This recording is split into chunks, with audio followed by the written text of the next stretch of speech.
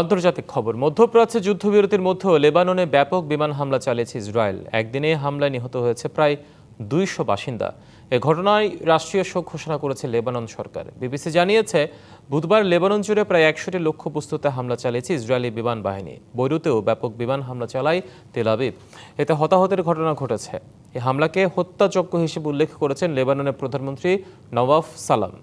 জবাবে ভোরে উত্তর ইসরায়েল লক্ষ্য করে রকেট হামলা চালিয়েছে হিজবুল্লাহ। সশস্ত্র এই গোষ্ঠীটি এক বিবৃতিতে এই তথ্য নিশ্চিত করেছে। ইরানের বিপ্লবী গার্ড আইআরজিসি সতর্ক করে বলেছে, লেবাননে হামলা অব্যাহত থাকলে ইসরায়েলকে কড়া জবাব দেওয়া হবে। তবে যুক্তরাষ্ট্র ও ইসরায়েলের দাবি, লেবানন এই যুদ্ধবিরতির আওতায় পড়ে না। এদিকে হোয়াইট হাউস জানিয়েছে, পাকিস্তানে শনিবার অনুষ্ঠিতব্য শান্তি আলোচনায় মার্কিন ভাইস প্রেসিডেন্ট জেডি ভ্যান্স একটি প্রতিনিধি দলের নেতৃত্ব দেবেন। 200-র বেশি সার্ভিস ও ফিচারে লেনদেনের সব বিকাশ অ্যাপে সম্ভব।